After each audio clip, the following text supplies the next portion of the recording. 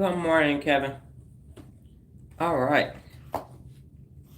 let's get this party started. Good morning, ladies and gentlemen. I am Dr. Donna Thomas Rogers.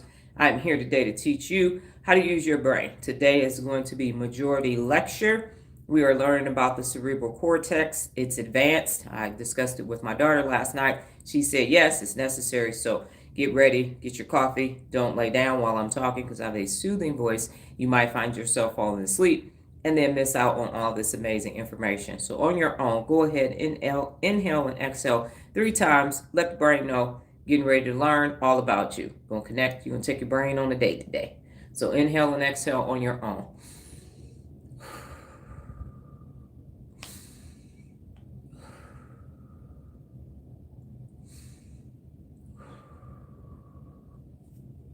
It's interesting researching the brain because depending on where you get your information from, the information might be contradictory, it might expound, it might not. So I'm finding that as from, what is this, October, November, December, January, I'm about 125, 120 something days into actually examining the brain and all of that it encompasses. And so some information that I had previously, like for the hippocampus, everything is actually stored in the cerebral cortex, which is how we got here. So I was looking at my previous notebook because I ended my first brain notebook, and I was looking at where I started and how it used to just be a brain bit, then it was a brain fact. And now it's transitioned into this is the majority of what we're talking about because this amazing organ did not come with an owner's manual, but you use it all the time for everything and you're not even really paying attention to it. You can't see it. That's why I have my brain t-shirts on. I'm getting ready to order a plastic brain. I was apprehensive about that, but I really need to be able to hold up the pieces and say, this is the part I'm talking about, because this is a side view on my shirt, so you can't really get the three-dimensional aspects of it. So that is forthcoming. But let's talk about the cerebral cortex. So what is it? And this information is coming from WebMD. Again, if medical advice, go seek a medical professional. Good morning, Tanya. Talk to your primary care physician. I am just giving you information for you to use as you see fit to inform you about this amazing organ called the brain. So again, this information came from WebMD, and it's talking about the cerebral cortex. So this is the brain's most outer layer, and it's the wrinkled appearance due to the grooves and folds and the increase in its surface area. So we're going to look at that. So the actual curvy part of the brain is the cerebral cortex. Now, where is it located? It's located in the cerebrum, and the cerebral cortex carries essential functions for your brain. It's the memory, the thinking, the learning, the reasoning, the problem solving, the emotions, the consciousness, and the sensory functions. So it's that nice little cover that's over everything else that's on the inside of the brain. And so what is it? So it's made up of 14 to 16 billion nerve cells. That's a lot of nerve cells. And it's only a few millimeters thick, but it makes up 50% of your total brain mass. And it has that wrinkled exterior containing deep indentions and raised projections. So it is the gray matter. I'm going to say that again because I know I talk fast, especially when I have a lot of information to cover. And good morning, Regina. It's made up of 14 to 16 billion nerve cells. That's 14 to 16 billion. And it's only a few millimeters thick, so it's really, really thin. And then it makes up 50% of your total brain mass. And it has a wrinkled exterior containing deep indentions and raised projections.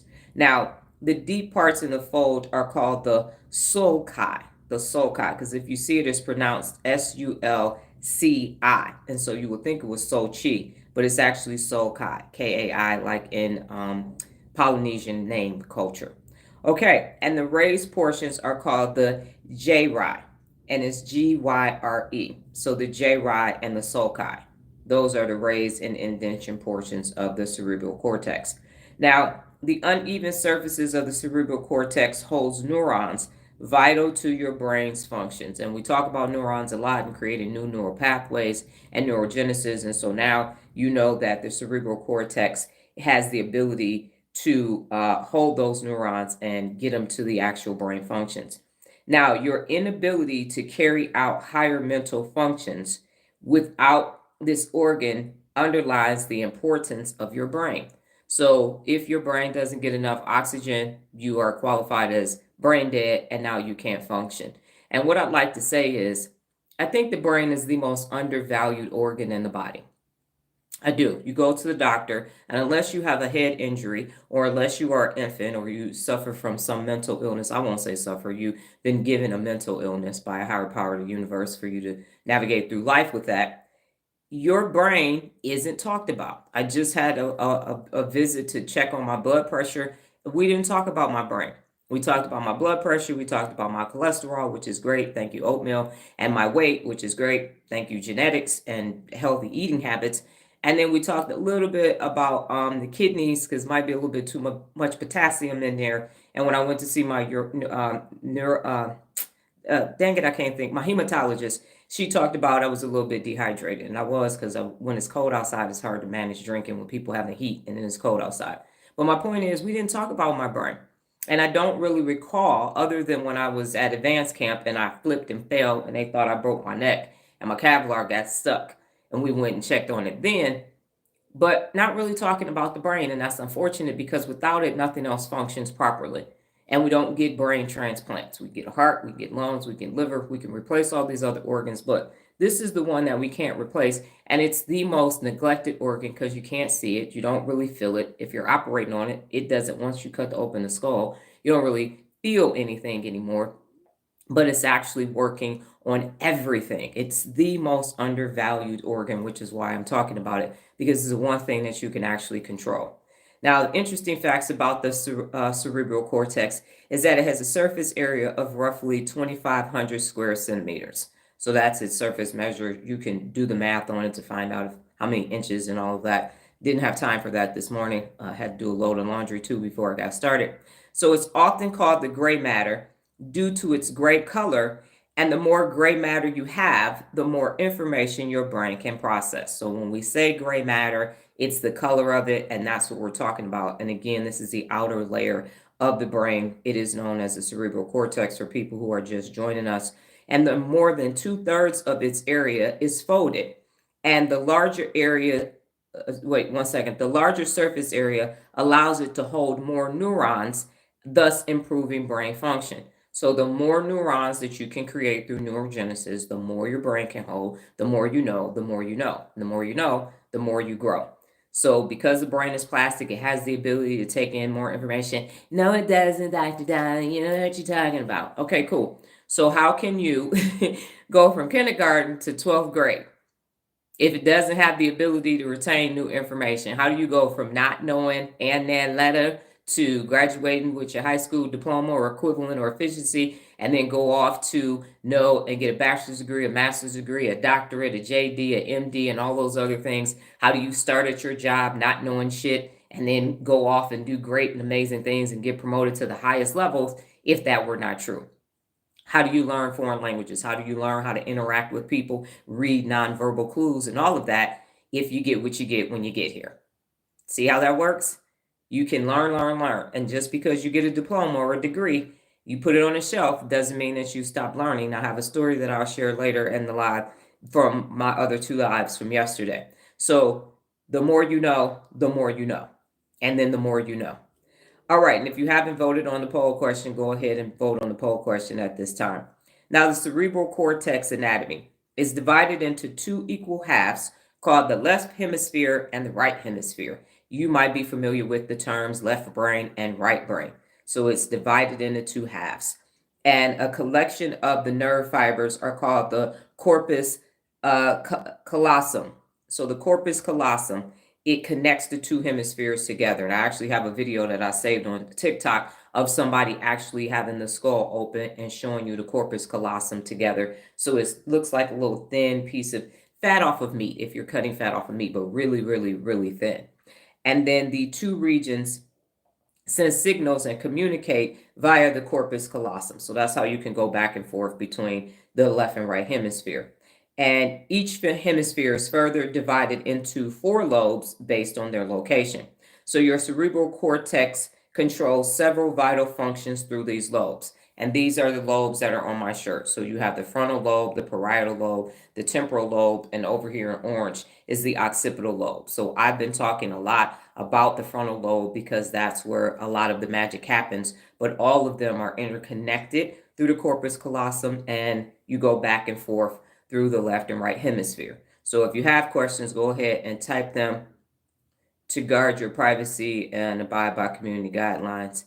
I'm not quite sure where that popped up to the top, but okay. So again, if I'm going over it, you want me to repeat something, go ahead. And as I mentioned last week, I am doing an overview, might be a little bit highbrow, but you need to understand what's happening with your brain. Like I mentioned, you go to doctor's appointments, and unless somebody bumped you in your head or you had a head trauma, nobody talks about it. And then at that point, they're talking to you about it, and it's like, well, shit's fucked up. So I don't even know. I can't, at this point, I can't really process what you're saying because I got bunk bopped in the head. So now is the time for you to learn about it. So when it's being explained to you or your family members, now you can at least say, well, I think I know what you're talking about. Even when you see an MRI or x-ray, they just start saying it in a bunch of medical jargon. And then sometimes the doctor has the ability to break it down for you to understand, and sometimes they don't. So again, the cerebral cortex, that's the gray matter. It houses the left hemisphere and the right hemisphere of your brain. You have the corpus callosum that connects the two, and then you have 4 lobes that it also is responsible for. And we're going to talk about those 4 lobes now, because these 4 lobes are where the magic happens day in and day out. So the first one is the frontal lobe, and this is the purple, lavender, depending on your screen, but it's this front portion that's on my t-shirt.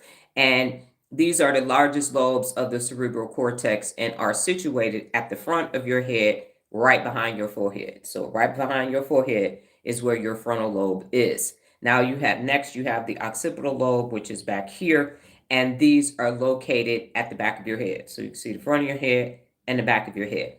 And then you have the parietal lobes. It's right here in this lime green, and they're located between the frontal and occipital lobes and at the top of the temporal lobe. So see, it's in between. Your parietal lobe is in between the frontal and occipital, and it sits above the temporal lobe. And now you have the temporal lobe, and it is the second largest of the cerebral cortex, and it's located between the frontal lobe and the parietal lobe right here. So you got really big, kind of big, not so big, and then small. And what does the cerebral cortex do? Good morning, Lola. We're talking about the cerebral cortex. It's the gray matter. What are the 4 lobes you just listed? So we have the frontal lobe, Frontal, and then lobe, Lobe. It's at the front of your head, behind your forehead, and it's the biggest. Next, we have the occipital lobe, which is at the back of your head, and it's Occipital,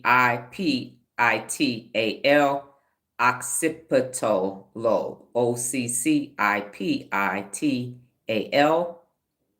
And then next we have the parietal lobe, which is in the middle of the frontal lobe and the occipital lobe, and it's spelled, I was about to say pronounced, Parietal, Parietal lobe, the parietal lobe. And then the final one is the temporal lobe, which is underneath, and it is spelled Temporal. I wish YouTube had a mirror flip so you could see it. Temporal, and it's temporal lobe. And let me know if you have it, Nola. And then what does the cerebral cortex do? I'm glad you asked, Dr. Donna. So the different lobes combined are complete. Okay. The different lobes combine to complete various functions of the cerebral cortex, all of which are central to controlling your body's senses, thinking, and other functions. Okay, got it. So that's what it's there to do. Cerebral cortex is that gray matter. It's the left hemisphere, the right hemisphere, the corpus callosum. It's that nice little thin piece that connects it for it to go back and forth. And it has all these neurons that are talking to each other. And then it houses the 4 lobes: frontal lobe, parietal lobe, occipital lobe, and temporal lobe. So ladies and gentlemen, we have an unaccountable person here this morning. that has decided that they would like to interrupt this learning environment. Reginald, why are you being unaccountable in this learning environment this morning, this afternoon, wherever you're located?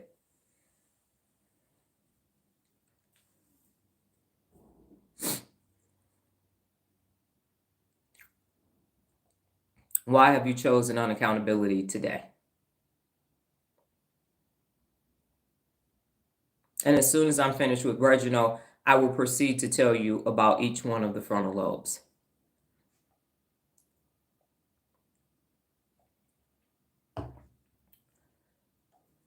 50 cents says Reginald is going to say, because I can, because it's a free live, because I felt like it, because you is not a doctor, you don't know what you're talking about.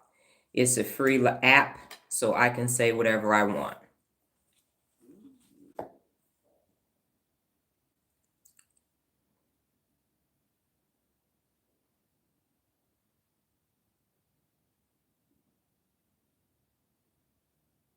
No? Okay. And if I was an umpire in baseball, you're out of here. Okay. Next, the frontal lobe. Again, we are talking about the purple portion on my shirt. You might see it as lavender depending on your phone screen, but it's this part sitting right behind your forehead. Okay, welcome back, Regina. We are now talking about the four lobes located in the left and right hemisphere. The first one up is the frontal lobe. So the frontal lobes are vital for your cognitive abilities like decision making and problem solving. We talked about the executive function is in the frontal lobe, which has your working memory, your cognitive flexibility, and your inhibition control. It's also where you have your conscious thought and your attention to particular task. That's why it's so important to leverage the frontal lobe. I'm going to say it again. It's vital for your cognitive abilities. That's your thinking, your decision making, and your problem solving. It's for your conscious thought and your attention to detail, to particular tasks, the things that you have to do day in and day out. This region also controls your behavioral patterns, i.e., personal accountability, your feelings, and they say emotions. I like to say feelings. The terms can be interchangeable, and your ability to generate speech. That's what's happening in the frontal lobe. It also is home to this Broca area right here, which manages your language ability. So if you are really good at speaking foreign languages, it's here. And if you are not so good, it's here too. And it also defines your personality traits and your intelligence. So here's the thing. We talked about conformity bias last week, and we also talked about confirmation bias. So who you are, who you naturally are, your personality traits and your intelligence resides in here. I am in the United States of America, in the state of Nevada, in the city of Las Vegas.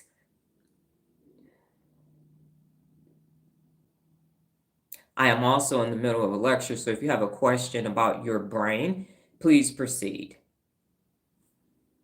Otherwise, you may exit stage left. Okay? Any other questions you can save until the end should you decide to stay. This is disruptive to what I'm talking about. Okay.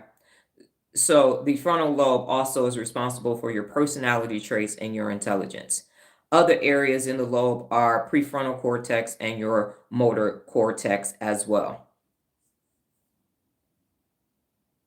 Samuel, you are being very much unaccountable and disruptive. So why are you being unaccountable on my live this morning?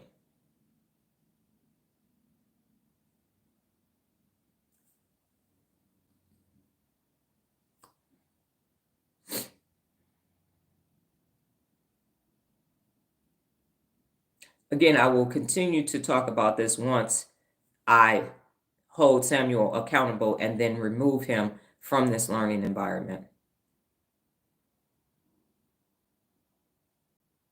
If you have not done so, this would be a great time for you to vote on the poll question that is available to you this morning. Samuel, I have one more time that I'm going to ask you. Good morning, Darnetta. Why are you being unaccountable and disrupting this learning environment?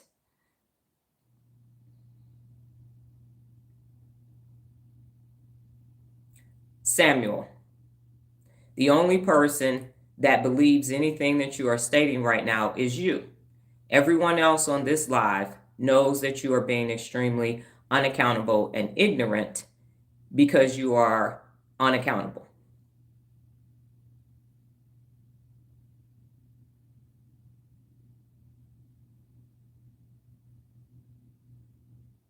No, you do not have a question. I have an answer for you.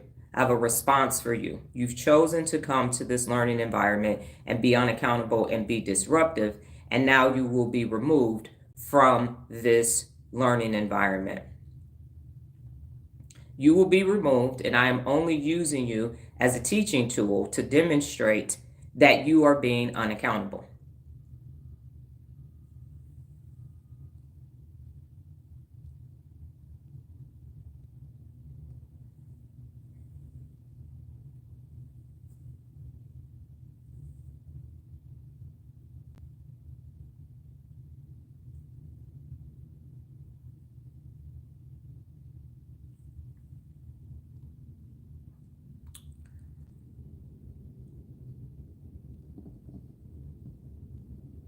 Okay. Two people are now gone. Again, if you are here, I am teaching about the cerebral cortex today, tonight, this evening, wherever you are located from a time perspective.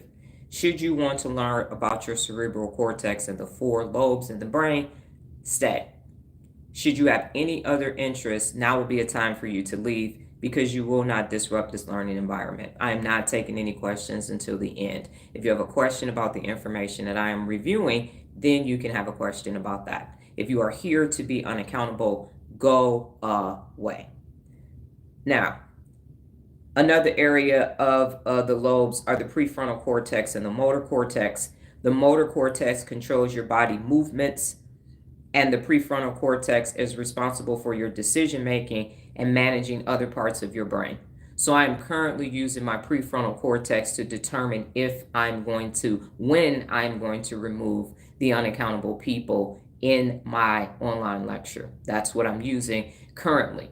The objective is for you to stay in your prefrontal cortex all the time, every day, no matter what, because unaccountable people want you to be in your limbic system, which is located in the temporal lobe, so that they can get you emotional and you can't access your frontal lobe, so you start making poor choices. Not 6.8 billion people in the world, and the majority of them live in what I have termed the phrase acute amygdalitis, where it's nothing but comfort and fight or flight and safety and fear, and it's an extremely emotional state where you don't have complete use of the rest of the lobes in your brain and you don't have a full cognition to do anything.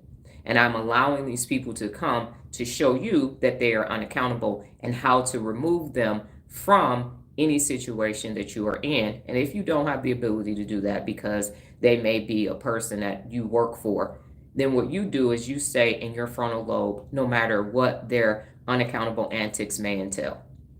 Okay. Next, we're going to the occipital lobe, which is located at the back of your head. Okay, and the occipital lobe, as I mentioned, is at the back of your head, and it gets input from the retinas to your eyes. Now, these inputs convert visual data, so color, movement, and position.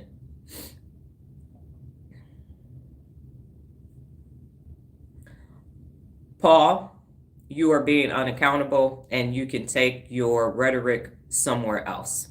You are going to be removed. So in the event that you think, oh, I'm going to type a bunch of stuff and I'm going to show them, you are only going to get removed. That's what's going to happen to you. You are 1,000% unaccountable. Would anyone else like to chime in? What portion of the brain is Paul using? Let's use Paul as an experiment this morning. What is Paul attempting to do today? Anyone?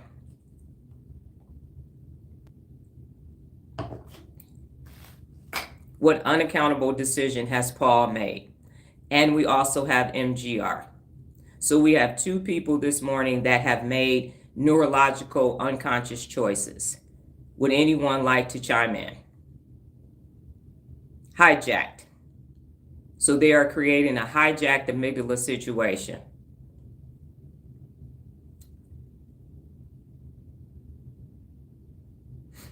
And why would they do that? So why are they attempting to come to a place where there is oxytocin and a lecture going on about your cerebral cortex? What would make them do this?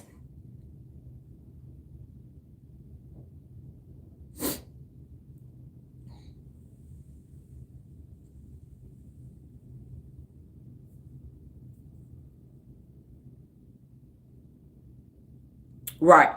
So they woke up this morning and they needed a dopamine and an adrenaline rush because they are addicted to dopamine and adrenaline.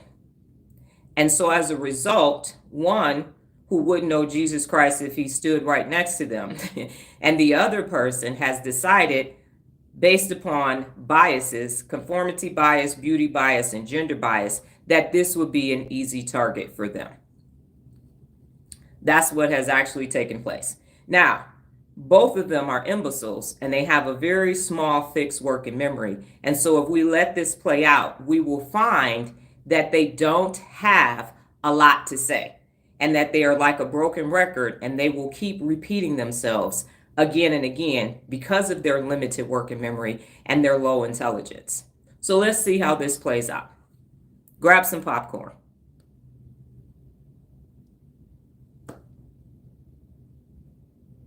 Okay, so MGR has said that the Holy Spirit can renew your heart and mind because our spirits have a physical experience. All of that is incorrect. Okay, that is incorrect. So your reading comprehension is at about a 6th grade level. So perhaps you should stay on the live and actually learn how to use your brain so that when you go and attempt to tell people about your personal savior, you actually can communicate effectively, which is one of the 74 principles of real leadership, to allow other people to actually understand. So perhaps you could actually convert people to Christianity. Okay?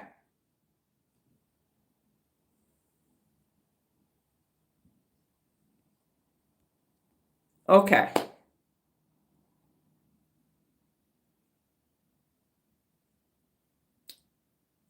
Do we have anything else from the imbeciles? No. So imbeciles, do you have anything else? $1 says merger will delete themselves. Let's see if you're right, Kevin. Paul is going to double down. Paul is definitely going to double down on the dumbness of it all. Okay, that's your job. And so let me ask you this, manager. So you woke up this morning and Jesus told you, go to the live with the lady with the brain shirt on, educating people about their brain, and talk about me.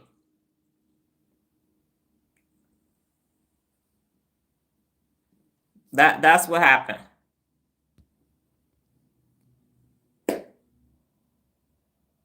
That's what happened. That's what happened, manager. You heard from Jesus, and of all the lives that you could have attended today, this is the one that you were told to come and talk about Jesus to. That's what you heard. And Paul, in all of your rhetoric, you heard. Oh, I did not see what you said about calculated avoidance syndrome, Nola. Because they don't want to deal with their grill, so this is calculated avoidance syndrome. It actually is. Okay, so as we can see, ladies and gentlemen, Paul has looks as though he may have experienced a frontal lobotomy because the message is the same. And what you actually have, Paul, is disinhibition effect. And so it's your ability to be online and say whatever you want because in theory, nothing will happen to you. But the Bible says, don't touch my anointed. That's what the Bible says.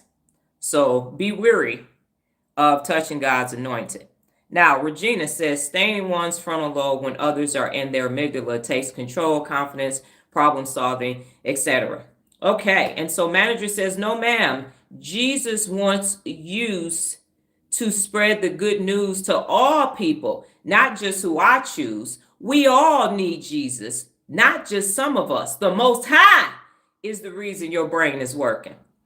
Okay, MGR, What context clues did you use to determine that I don't know who Jesus is? What did you use? Let's see. What did you use that I don't know Jesus? Let me tell you how this is supposed to work, okay? So while you out doing your evangelical shit, the first question that you were supposed to ask, even when you're trying to peddle and settle Jesus, is, do you know that Jesus Christ is your personal savior? That's how you need to start. So the next time when you go on people's live, that's how you open. Because then the person can say, yes, I do know. I'm actually a Christian. And then you can have a different conversation. But you made the assumption, I don't know who Jesus is, and you're getting ready to come and educate me on who he is and what he's done. So that was your first misstep. Secondarily, you came to a place that's a learning environment. And so there are prophets, preachers, teachers, evangelists, and pastors. I am a teacher. I am educating people how to use their brain. So you walked into a learning environment. You didn't ask if I knew Jesus, if that was my person of a higher power. And then you just started spewing out your script and your rhetoric. So I know that you did not hear from a higher power to come and talk to me about this, because I heard, and I'm doing what I'm supposed to be doing, which is educating people about the neurological pathways in their brain and their cerebral cortex. So you haven't done that. You got to read the room. You got to read the room. So next time you go and speak to someone, ask that question first. Are they a believer? So that you can know if you're talking to a fellow Christian or if they have a different religious preference than yourself. Okay. No, it is not. It actually isn't. You are out of order. You are out of order. And no, it is not. You picked the wrong live this morning. And so notice this person didn't use one Bible verse. This person didn't ask me ahead of time. So this person is out of order. And once again, it's a holy roller, Bible thumping, church going person whose pastor told them to go do this, whose pastor hasn't spoken to Jesus since they became a convert. That's what's actually taking place. And so, Kevin, I think you said they're going to remove themselves. So let's all give Kevin a virtual $1. Now, Paul, in his imbecilic antics, is still not knowing what to say, because Paul used gender bias, what he believes is racial bias, but it's ethnicity. And then Paul made the assumption that based upon what he thinks he sees, he can make an assumption on my voting principle or my voting practice for one person when the election had a lot of people in my state. So that's what Paul did. So Paul is looking for a fight. And Paul is not getting a fight. And Paul is trying to understand why I'm talking to MGR, not him, because he made all of these programmed, conformity biased things because he's in the group that he belongs to, and it isn't working to no avail. So now he's got to go back to the lab with a pen and a pad and figure out something new. That's what's taking place. So thank you to both of you for being real world examples of unaccountable behavior, of hijacked amygdalas, and all of the different biases that we've already discussed. Great lesson from both of you, and now both of you will be removed.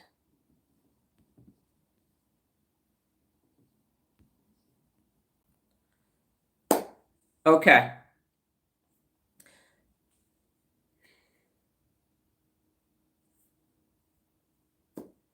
Pablo, I'm not talking about that right now. Should you decide to stay, then you will learn more about the brain. But I'm not asking I'm not answering questions, because you need to learn how to hold yourself personally accountable.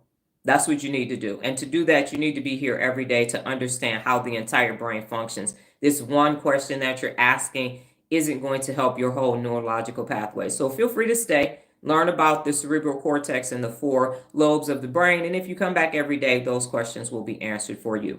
Now, where was I? Occipital lobes. It's located at the back of the brain right here in the orange.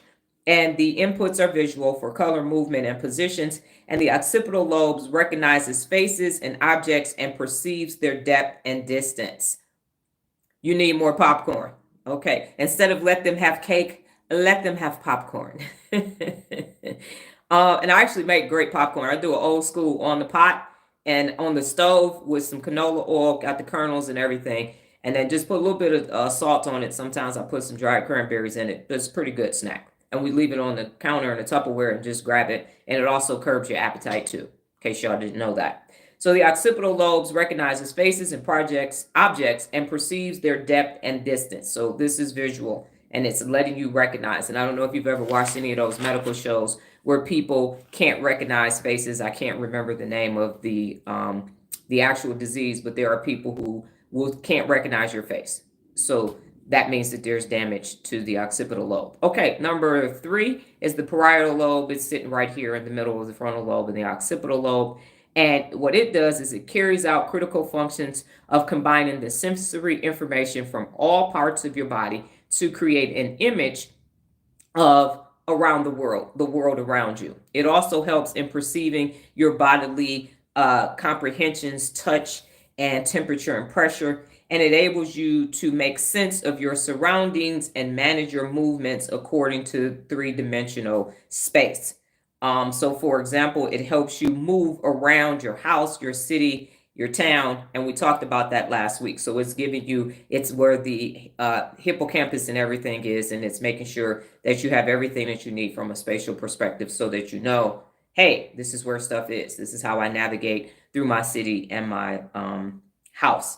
It's also essential for sensing pain and vibrations. And the last one is the temporal lobe down here. Actually, that's not where the amygdala is located, down here in the hippocampus.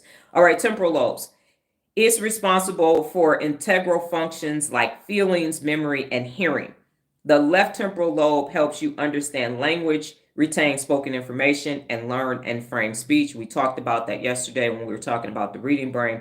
And then the right temporal lobe helps you retain nonverbal inputs to identify info, recognize other people's facial expressions. So I did demonstrate that on a live where 90% of all of your communication is nonverbal. So if I'm like this and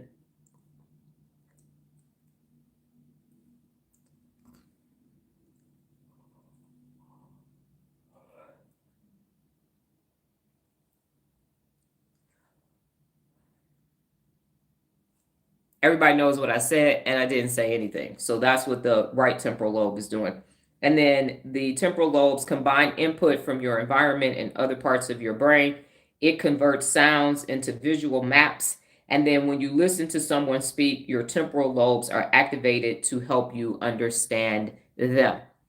So that's what's actually taking place. So a brief summary, this is the frontal lobe, this is the parietal lobe, this is the occipital lobe, and this is the temporal lobe. And we will spend the rest of the week going into more detail which each one of those lobes do so that you can understand them better, so that when people are coming to be unaccountable to you, it's clear as day. Now, if you think about it, maybe a month ago, your amygdala could have gotten hijacked and you wouldn't have known why. And now it's very obvious to you. And that's the whole purpose of me allowing unaccountable people to be the example for us today to follow and understand, is because, and none of that got, okay, I forgot to press highlight. It is what it is. The whole live will be there.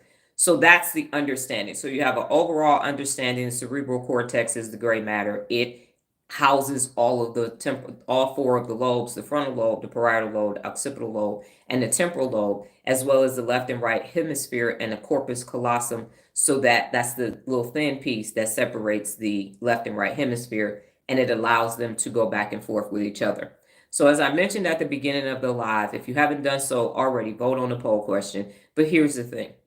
Again, your brain is the most important organ in your body, and we don't talk about the value of the brain enough. We talk about mental health. We talk about, oh my goodness, what is this opioid crisis and all of this addiction and everything. But unless you go to therapy and you have a problem, no one talks about your brain. So if you look like a fully functioning, high functioning adult, no one says, hey man, how your brain doing today? You learn anything? No, because if it doesn't have a bag attached to it and it doesn't have these superficial things, then you don't really think about it on the up and up, day in and day out. You're not really thinking about your brain until something goes wrong. And then it's at that point that you're like, oh my God, what do I need to do?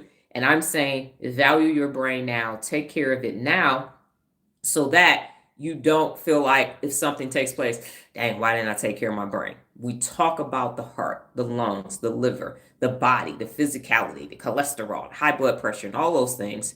So we stop talking about cognitive development once children get definitely by the 7th grade. And then it's just like, oh, they're not going to have a frontal lobe until they turn 25. Don't pay no attention to them. And then you have it, and then that's it. And then it's like, uh-oh, start doing some Sudoku because your brain is deteriorating. But it's been deteriorating day after day, thousands and thousands of days before you no longer can actually use it. So do you have any questions about the overview? Again, today was just an overview. I will get into more detail now that I've given you the overview, just so you can start to understand what the parts are. Now, they all work together, and it's your objective to strengthen them so that they can be stronger together. As I mentioned, the more gray matter you have, the more gray matter you have to use. So the more information that you have, the more information that you can acquire. You start out in school, 5 years old, 6 years old, you go through high school, and then some of us have gone off to college, some of us haven't, and now you have this information. And your working memory is what it is. By 35, that mofo is deteriorating, and by 65, your information is old and archaic, and you can't manage your day-to-day life. And now you need all of this other assistance from younger people because you're using up and depleting their working memory because you decided to sit on your behind and not do anything. So if you have any questions, now would be the time to go ahead and type them in. Here's what I will say. I did 2 additional lives yesterday on Instagram and TikTok. On my TikTok live, I had someone who's retired on there because I asked them, do you hold yourself personally accountable daily? And the person said, no, I don't have to because I'm retired and I raise my children, so I'm retired and I don't have to do that. Right. So 90% of your communication is nonverbal. It's all of this. So it's everything else that I'm doing. Because if I just sat here and said what I said, then you wouldn't necessarily get it. So if I said the temporal lobe is located in the bottom of your brain in between the frontal lobe and the occipital lobe, and if I just did this, then you would hear what I said, but it wouldn't necessarily have the impact. As soon as I gesture, because this is a nonverbal movement, and now I'm showing you where it is, you get it. Okay, so the 4 lobes are the frontal lobe, Frontal lobe, the occipital lobe, OCCIPTA. Look, I'm trying to see backwards. Okay, OCCIPTIAL. I get the I mixed up. OCCIPITAL. That's at the back. And then you have the parietal lobe, PARIETAL, PARIETAL lobe. And then you have the temporal lobe, TEMPORAL lobe. And so the person was saying they're retired. They don't have to be accountable anymore. And so what I explained to her is I told her the story about the 81-year-old that was next to me in urgent care when I had sinusitis and how she couldn't use the iPad to check into her appointment.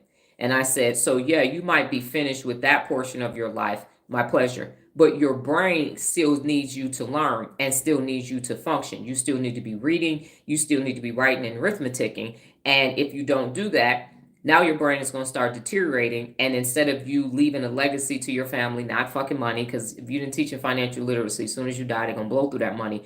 But your brain, you're not taking care of your brain by retiring. That's not what's happening. So you're sitting on your butt watching The Price is Right. And now when you need to make a medical appointment, you can't do it. And you don't have the working memory to be technically competent to get things done. So she understood that.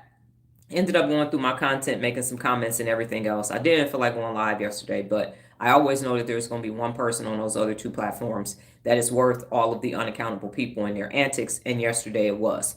And so my point is, you can't see the brain. You can't see the brain. You can't even feel it. If you put your hand on your heart, you can feel your heart beating. If you can't breathe, you be like, oh shit, what's wrong with my lungs? If your food stops digesting, your pancreas and your liver, you be like, uh-oh, wait a minute. If you're bloated, your intestines are going, so you can feel all these other things. If your body starts to swell up, you know that there's something wrong with blood flow. So there are all these other indications, but not with your brain. Not with your brain. It's like transmission. It just transmission fluid starts leaking, and that bad boy goes out. There's no indicator light on your dashboard or nothing, and now you're sitting here like, damn, my transmission gone.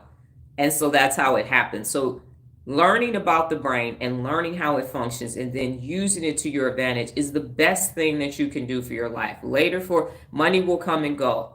The day and the brain are what matters the most in your day in and day out.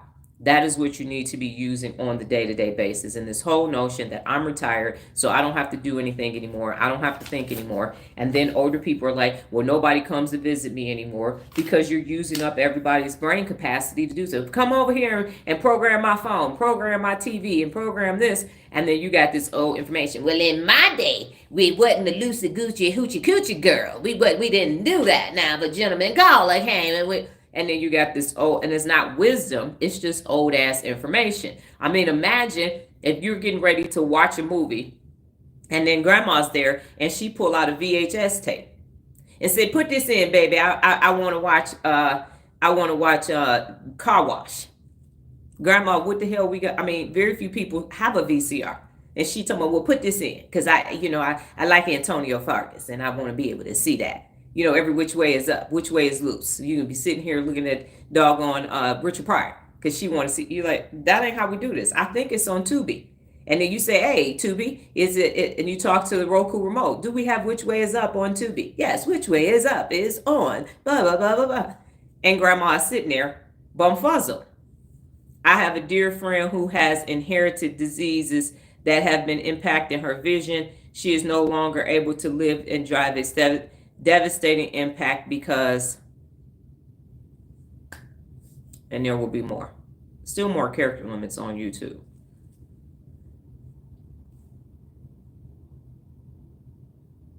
And while we await the rest of Regina's statement, go ahead and make sure, if you don't already have a writing utensil and paper for your math problem. She was independent before despite having low vision and was navigated her environment.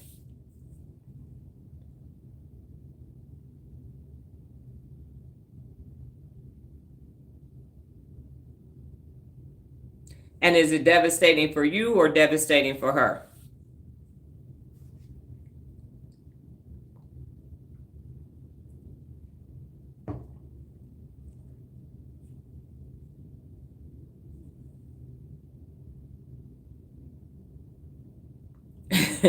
Yes, Kevin, bumfuzzle is a thing.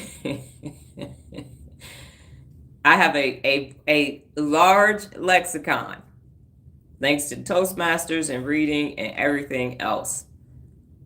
I definitely have a wide range of words that I can use. I can go up or down. I can get gutter, or I can go intellectual or intellectual on you.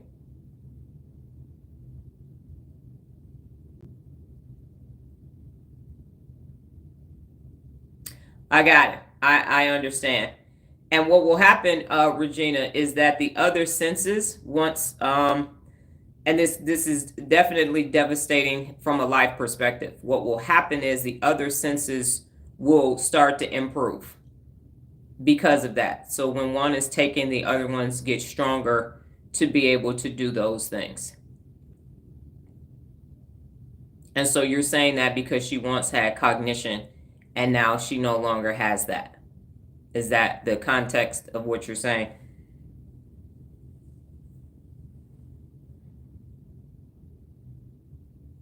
And one thing that I will say, I understand about the bathing and the working. Here in Las Vegas, we have the RTC, and that's the bus system. And so they actually, our public transportation system here is amazing in Las Vegas. And this is the first state that I've lived in where the government actually uses the tax dollars to actually, we see the improvements with the fuel revenue index tax and things like that. So we actually had a Toastmaster Club member, and she was legally blind. And so the RTC bus is the Regional Transportation Center. That's our public transportation here. They actually have bus systems. And so they take people to and from medical appointments for people who are that have to use a wheelchair, legally blind. So I don't know if that's available where you are, but that is available for them. Free transportation.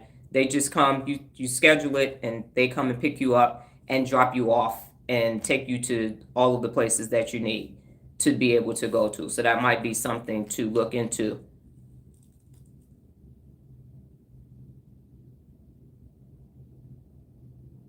Yes, and that's what I said, is that the other senses will definitely click in. Remember, Ray Charles could navigate everywhere by himself. I mean, not everywhere, but he could do a lot of things once those other senses kicked in. Okay. The next one, we'll do the poll question next, last. So we are ready, and I'm having hot flash. We are ready for math. So let me get my timer together. Yes. So check with whatever the public transportation is. So the bus system, and like I said, it was DOT in Detroit, Department of Transportation, Detroit. They're not that weren't that innovative, but here is the RTC. So look into that, because they do come and they assist you in and out of they have the wheelchair access for it to get you back and forth. Okay. Clock. All right, so math, I'm going to say it twice, and then you will have the ability to answer the question in 1 minute or less. And so here it is. It's a simple one today because I know neurologically all of that brain information could have been a bunch to take in. So you got an open parenthesis, 7 plus 2, a closed parenthesis, times 5 times 8. I'll say it again. Open parenthesis, 7 plus 2, closed parenthesis, times 5 times 8. 1 minute on the clock. Go ahead, starting now.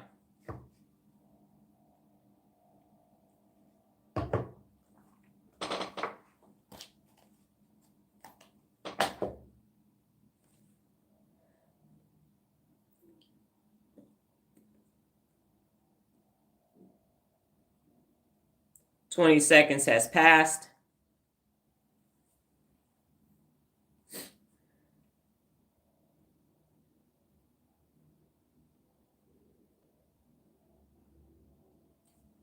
If you hear that humming in the background, it's the golf course cutting the grass before people get out there. 40 seconds has passed.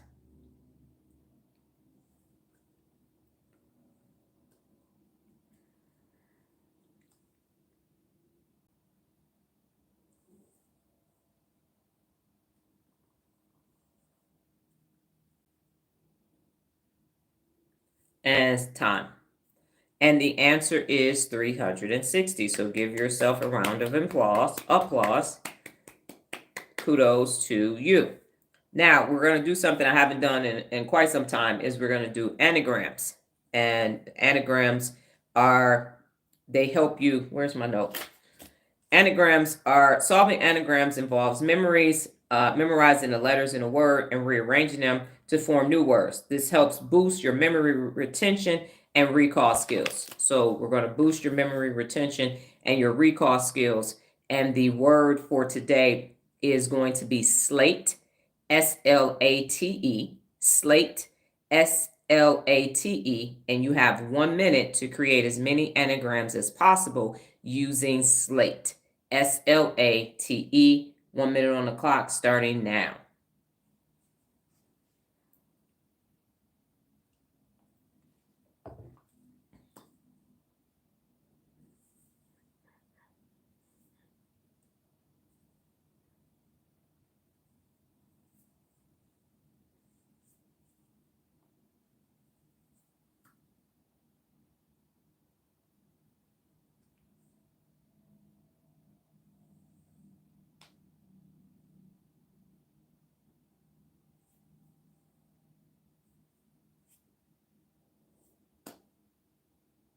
$37 seconds.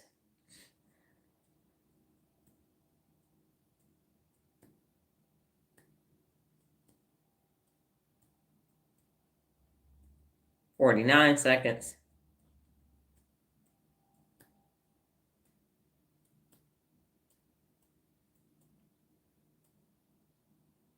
Did you say wait, create what?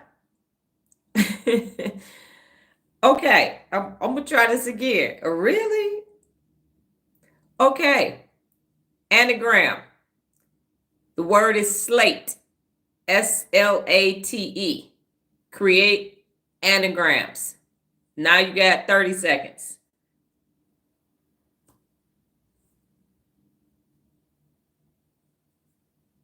You don't have to use it in a sentence, Lola. You have to make it an anagram.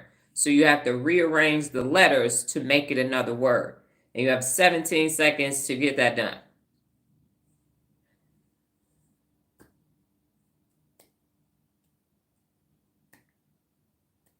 5 seconds left.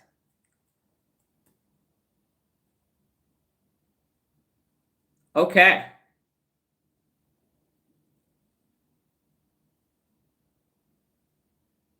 So what y'all got for slate? SLATE. Nola, you have stale. Darnetta, you have tails and steel. And Nola, you have tails. And Regina and Kevin, what do y'all have?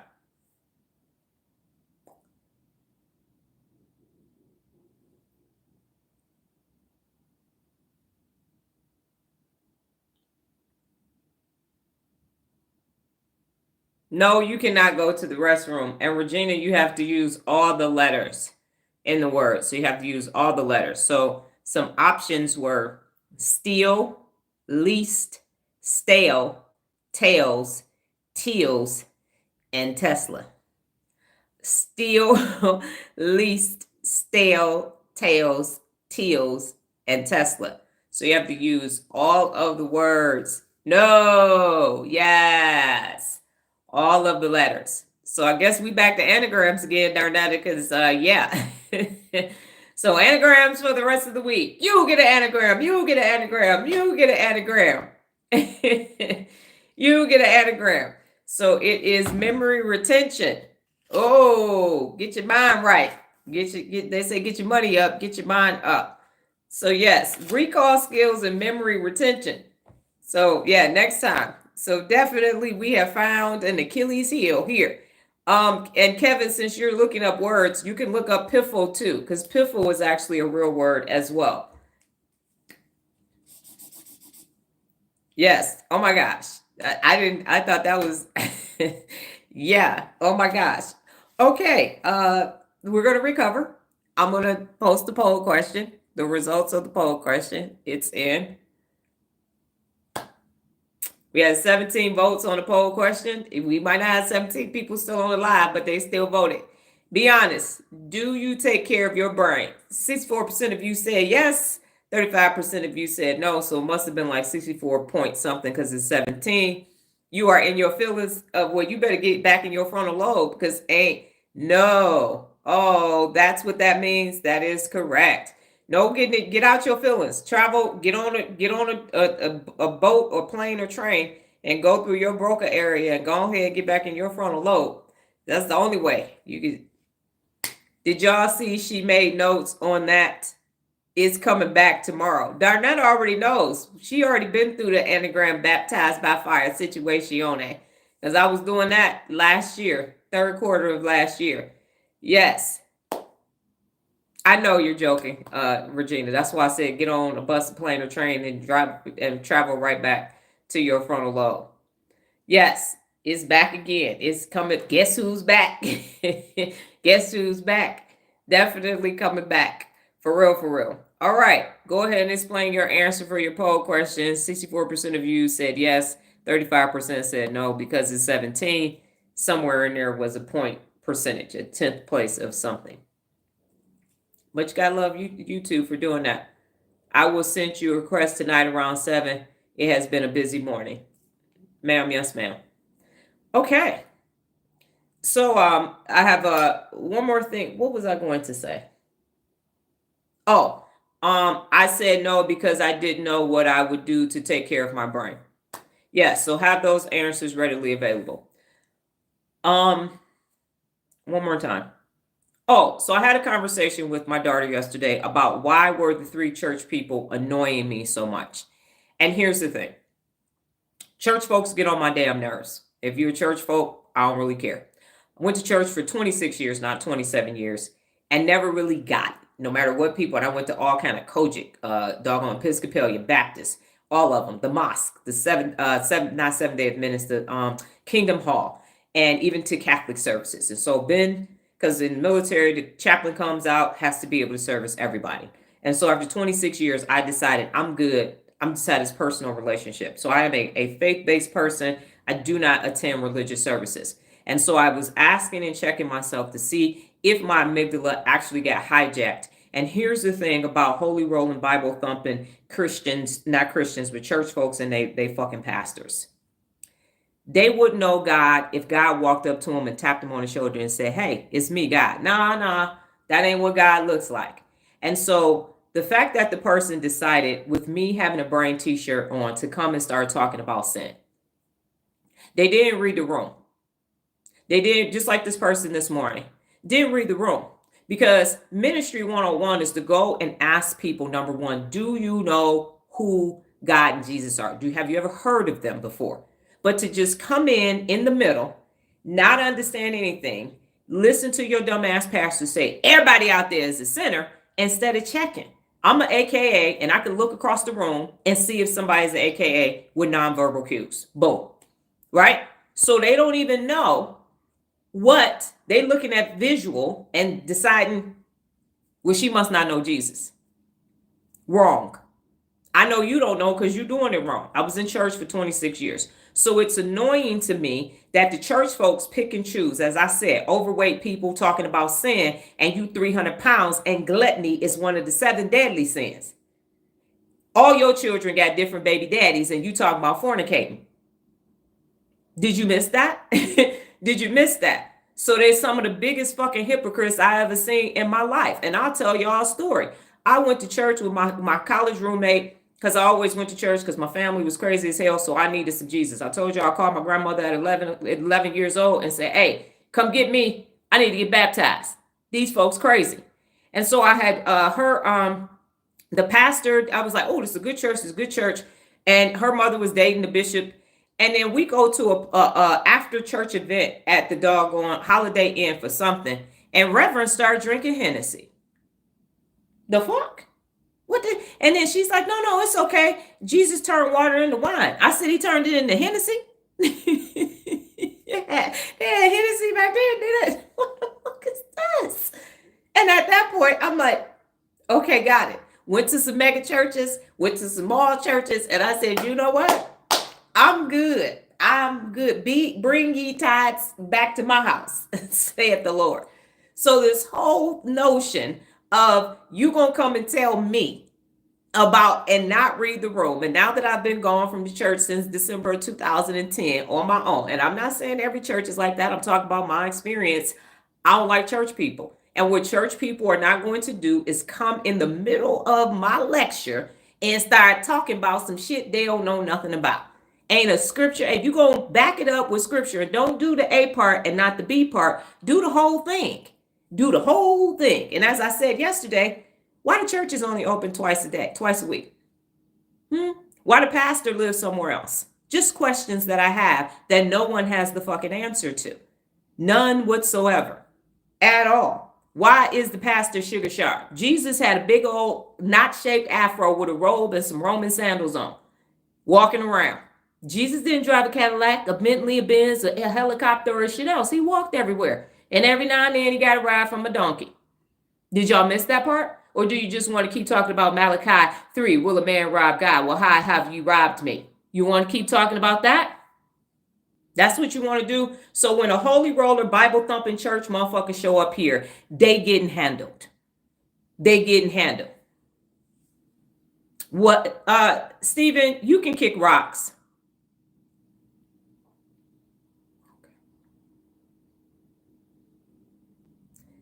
Stephen, move along before I hand you your ass on a silver platter. Go away. I will not get into a religious debate with you.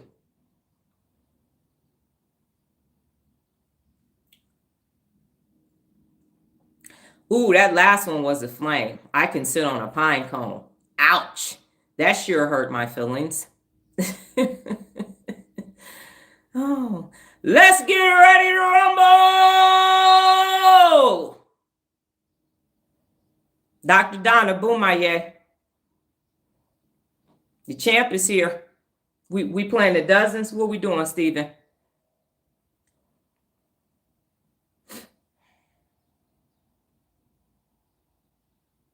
Everybody else, I'm going to go back and read what y'all said. Y'all can type what y'all learned this morning. So again, the Holy Roller Bible thumping church folk, the Holy Roller Bible thumping church folks, the Holy Roller Bible thumping church folks will always get their asses handed to them if they come over here. Every time. Every time. Everybody else, let me know what you learned.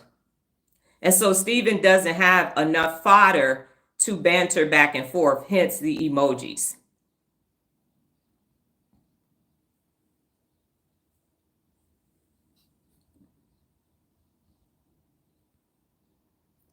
Brandon's gone. I don't have time for this. And Stephen, you're gone too. Okay. Stephen, where's your proof? Where's your proof? You're the one who said Jesus wasn't black, and Jesus wasn't black because black is a color. So you are actually correct. And why did you assume that I said that he was black? I did not say he was black. I don't say anybody is black because black is a color. So where is your proof? Now are we about to get into this intellectual pursuit? First of all, what is your background? So I'll know who I'm talking to. I need to know if I'm talking to an imbecile or intellectual. So what are your credentials before we have this conversation? So you're saying only African Americans can have afros? Hair like lamb's wool. Did he have a perm? Did he have a perm? Did he have a perm? Where's your proof? You're saying black. So you're wrong because black is not an ethnicity, it's a color. My t-shirt is black. So I understand exactly where you're coming from that one sentence. Okay, Darnetta, for your answer, frontal lobes, Frontal, lobes. It's right here. Frontal lobe. Okay, and where's your proof, Stephen? Where's your proof? And again, I asked you, are you an intellectual or an imbecile? So I know who I'm talking to. Occipital lobes, Occipital, Occipital. Occipital lobe is located at the rear of your head. Parietal lobe, Parietal,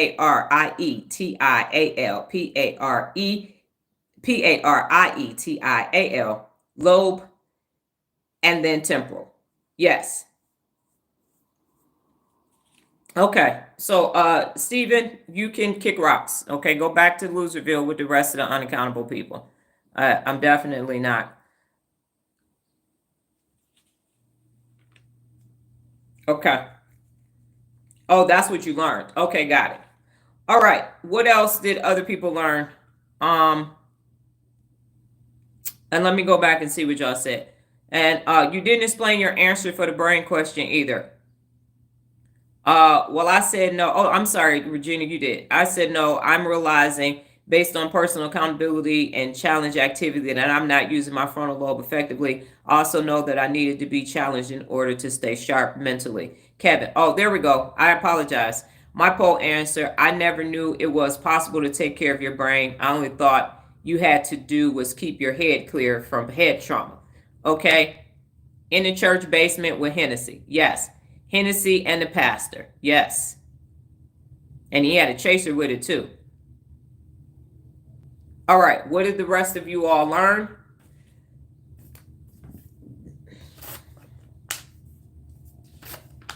No scripture from, what's his name? No Bible to back it up. And then telling me where's my proof. Where's your proof to tell me that he was black and that's a color? Again, imbeciles walking around responsible for raising other human beings.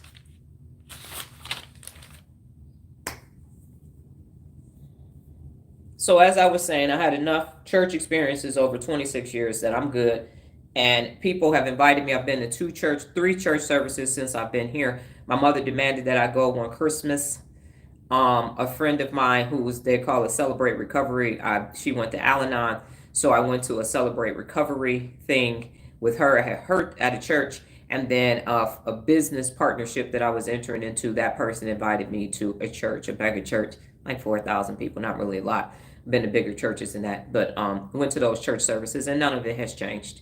So it's a no for me. And I'm saying feel free to serve whomever you want to worship a pumpkin. Go right ahead. I don't take issue with that. I take issue with it making you be unaccountable.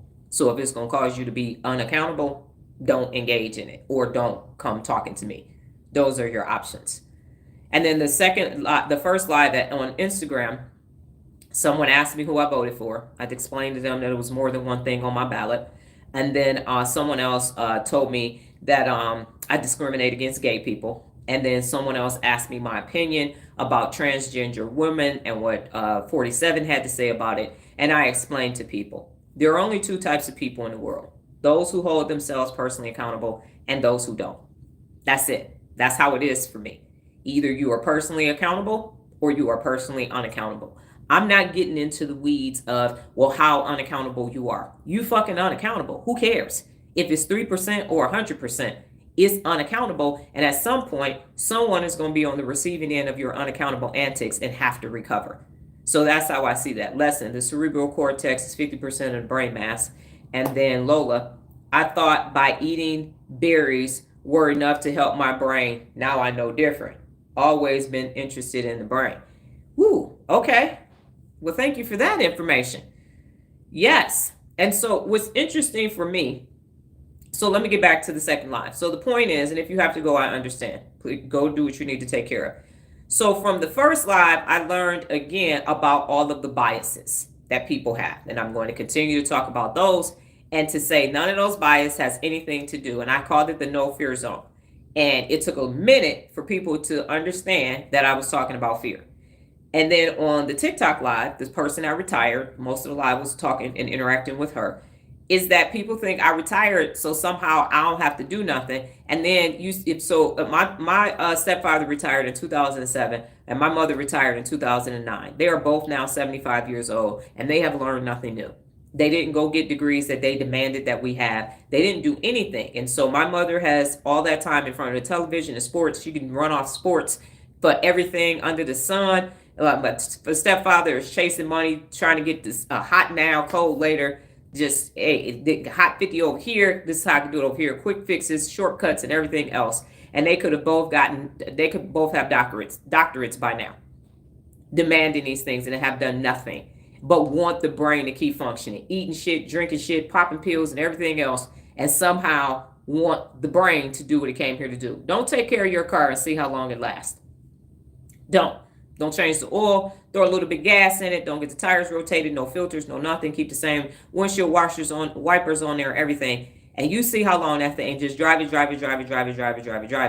and it's gonna fall apart. Boy, they don't make cars like they used to. This don't make no sense. 5 years, the thing just falling all apart on me. And sometimes it's normal wear and tear. But if you got 100, 200,000 miles on a car and you ain't really did no maintenance on it, it is gonna cost you a couple $1,000s to keep it maintained. Or take it back and go get another one.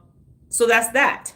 What else was I gonna say? And then the other thing is, when people talk about the brain, they don't talk about learning anything new. They talk about doing something. They don't talk about learning. So, brain activity, a good thing to do is to do some puzzles. Download a puzzle app. Okay, how is a puzzle app gonna help you in your business? Have a great day, Regina. How is a puzzle app gonna help you run your business? How is a puzzle app gonna help you solve your problems? How? A puzzle, crossword, gonna do Sudoku. So then they're trying to give you mind-numbing activities. And if they don't tell you the benefits of doing a puzzle, like I tell you that math will help you with your working memory. And the reason why we keep doing order of operations is so that you can take problems and solve them. Or if you have a bunch of tasks to do, you can put the task in order. That's why we're doing order of operations math. That's the whole point of that. So if you can't connect it to, I'm saying people are in the amygdala right now in this emotional state. We're going to stay over here and they're going to run out of shit to say. And then they're going to get escorted out. Same thing you can do in your own life. That's what this is about. So yes, you thought I could just eat some berries. I can just make sure I don't have any head trauma. So you walk around with a helmet on all day. I know you're not doing that, Kevin. But that's it. Instead of saying it. Now, why did this happen? Because the brain is complex. And the people who study the brain don't like people.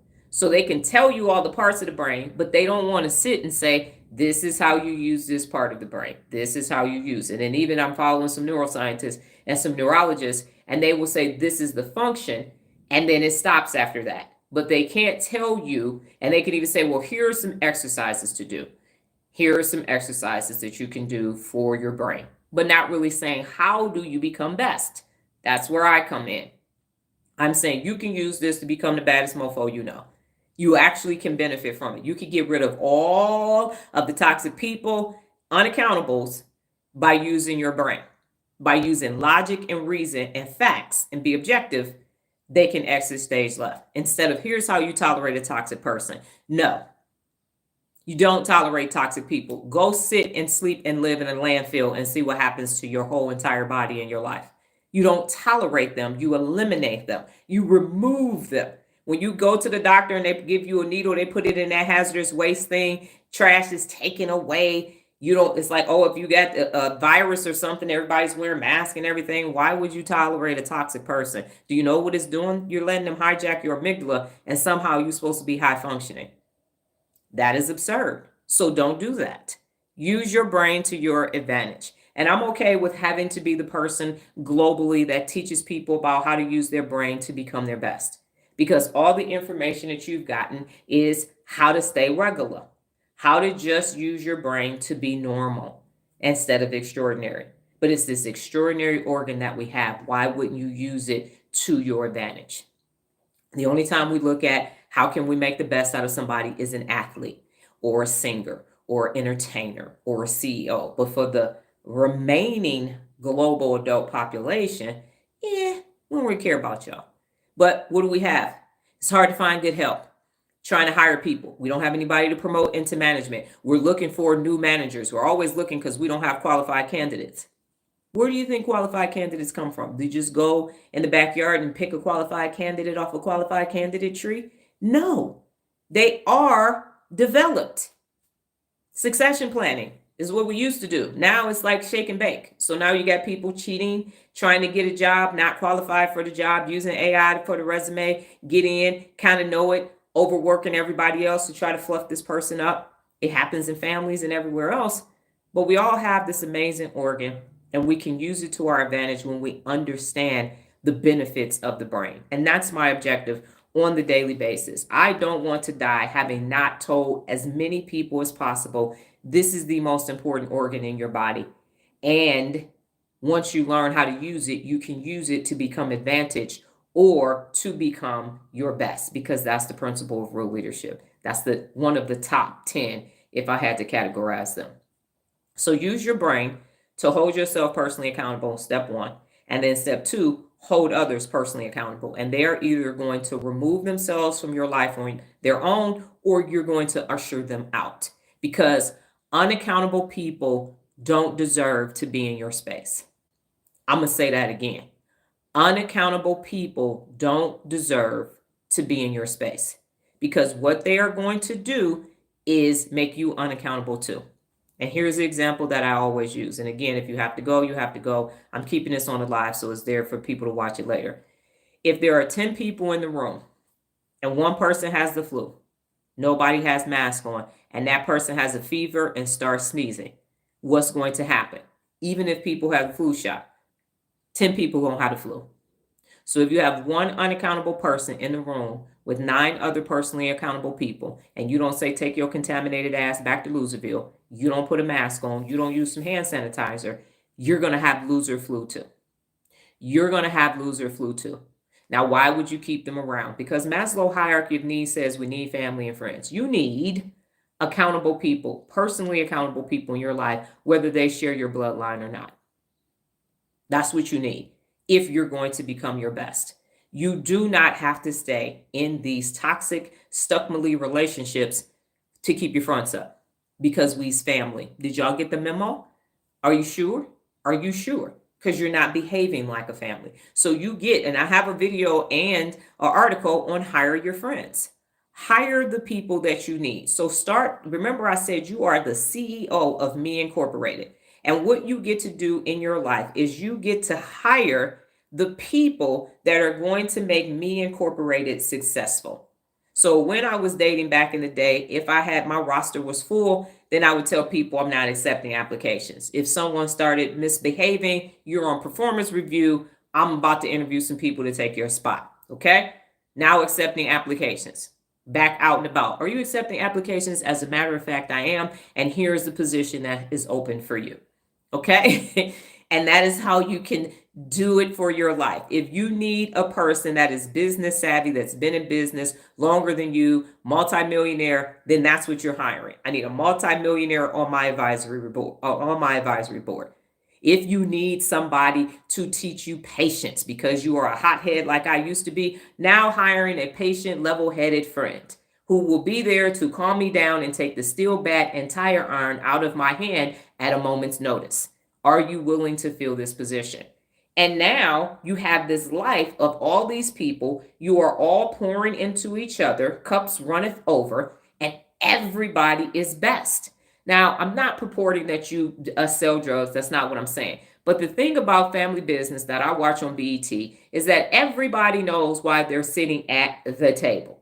They understand what their role is. Now, take the good from that. Don't do the sin, but take the concept of that and build your life around that. If you, nope, I'm not hiring any whining, sniveling, complaining, drama, chaotic motherfuckers. No, I don't have any openings and I never will. That's a position that doesn't work well in my life. I'm not hiring ever for that position. I'm not backstabbing, disloyal motherfuckers. No, nope, not ever in my organization. That's not what's happening. And that's how you build a life that's value added. And you're always creating these oxytocin moments because you're surrounded by the right group of people. So you have the right to use this. You have the right to set and maintain high standards for all of the adults in your life. And if you don't like what's happening at your place of employment, like I did, you got to leave. You got to take a pay cut, do whatever, downsize your life. But how much is your peace worth? How much is your peace and the use of your frontal lobe worth to you?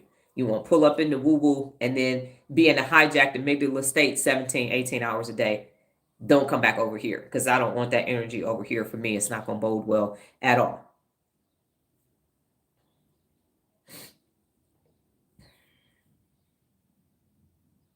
The same ones your mama are using, Nick.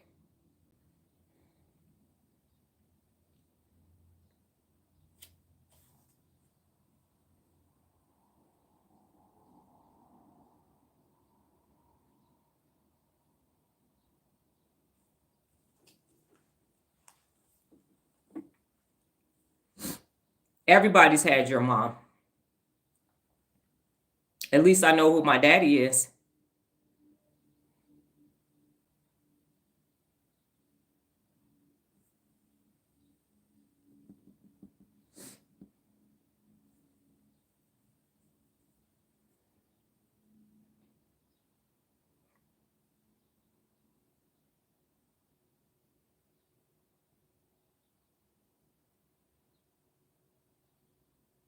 Can I continue saying what I'm saying? Or will you think that you're going to continue to be disruptive?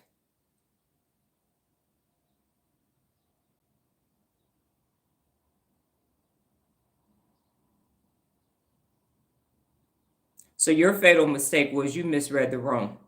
You saw a middle-aged African American woman and you thought she has a brain shirt on, so I can come for her. What you didn't know is that I'm from the hood and I played the dozens with the best of them, and I used to be a stand-up comic. So at no point are you going to be able to come for me without me sending for you first.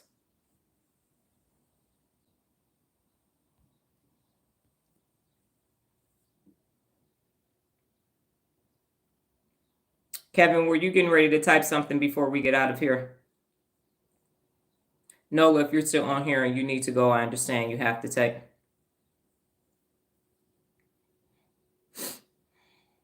That's what your last date said to you.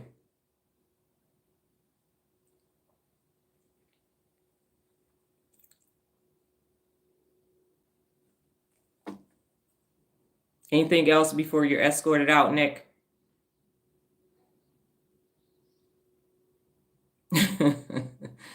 We're good. Okay.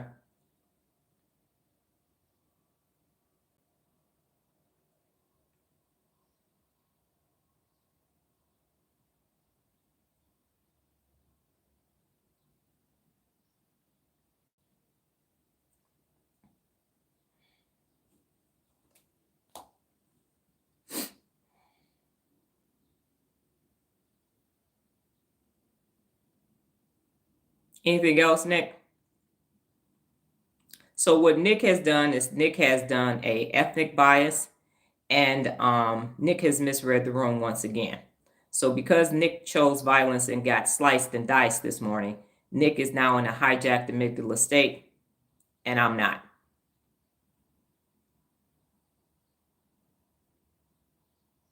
So this was a L for you, Nick. Go ahead and take that back to Unaccountableville, aka Loserville, and regroup. Okay? Regroup. They must have a course on if you see an African American woman who has on a wig, talk about her wig, because then that will make her feel bad. It was a little bit more than your mother's teeth. You want to keep doing this?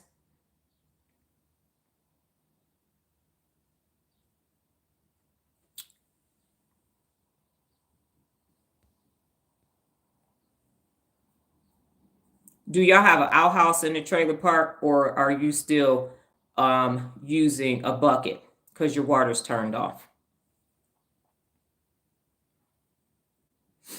Is the meth lab in your trailer's lab or your cousin, sister, brother, mother, uncle, father lab?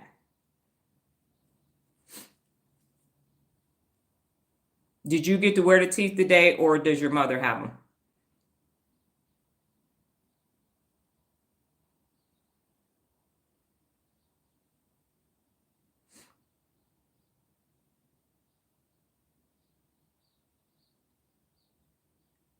And that's all, folks.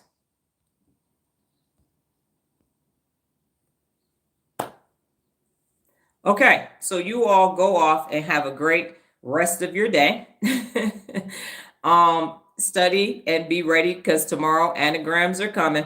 You reported, got it. Yeah, thank you, but that's not necessary. Again, people are definitely feeling froggy, and they can leap in the air if they want to, and they will get knocked right back down again. Again, none of this is affecting me any way, shape, or form at all, because I understand that neurologically, I understand all the biases and everything else. And when you have that information, you understand why people are behaving, and it's a lack of new neural pathways. It literally is neurological. So I'm beyond aesthetics, and I can go ham if I want to. People can tell me who they are, and then I can just pow right back to them and go from there. This is a different type of platform. What you mean by that, Darnetta?